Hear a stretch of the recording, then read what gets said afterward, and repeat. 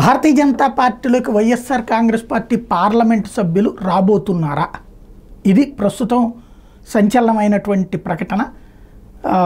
గతంలో వైఎస్ఆర్ కాంగ్రెస్ పార్టీ ఎమ్మెల్యేగా గెలిచి ఆ తర్వాత తెలుగుదేశం పార్టీలోకి వెళ్ళి మంత్రిగా కూడా ఆ తర్వాత ఓటంపాలే క్రిందసారి ఇబ్బంది పడి ఈ దఫా కూటమిలో భారతీయ జనతా పార్టీ తరపున గెలిచినటువంటి ఆదినారాయణ రెడ్డికి వైఎస్ కుటుంబం అంటే తీవ్రమైనటువంటి కోపం, ద్వేషం కూడా. జగన్ అంటే కూడా ఆయన వైఖరి నచ్చనటువంటి మొట్టమొదటి వ్యక్తి ఆదినారాయణ రెడ్డి ఓ సంచలనమైనటువంటి ప్రకటన చేశారు.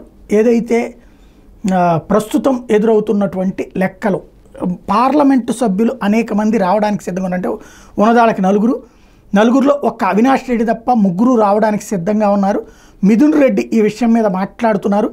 బీజేపీ పెద్దలు ఒప్పుకుంటే అవినాష్ రెడ్డి మినహా మిగతా ఎంపీలు కాషాయ కండువాకు ఒప్పుకుంటారు అంటూ ప్రకటించారు.